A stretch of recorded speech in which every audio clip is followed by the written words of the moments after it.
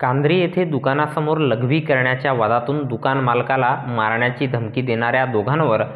आंधळगाव पोलिसात गुन्हा दाखल करण्यात आला आहे. भंडारा जिल्ह्यातील कांद्री येथे फुलचंद बालपांडे वय 37 वर्षे राहणार कांद्री हे दिनांक 29 जुलै 2024 रोज सोमवारला दुपारी 1 वाजता दरम्यान आपल्या दुकानात हजर असताना तुरस्कर हॉटेल येथे MP50 ZV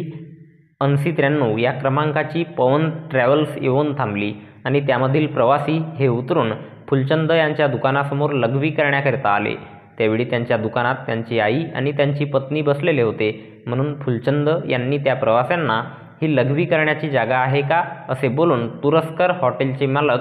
यांना तुमच्या हॉटेल येथे ट्रॅव्हल्स थांबते आणि प्रवासी माझ्या दुकान आणि घरासमोर येऊन लघवी करतात, त्यांची लघवी संडास करण्याची सोय करा असे बोलला असता हॉटेल मालकाची पत्नी आरोपी विवाहित महिला वय 50 वर्षे राहणार कांद्री आणि ट्रॅव्हल्सचा चालक यांनी फुलचंद यांच्या दुकानासमोर जाऊन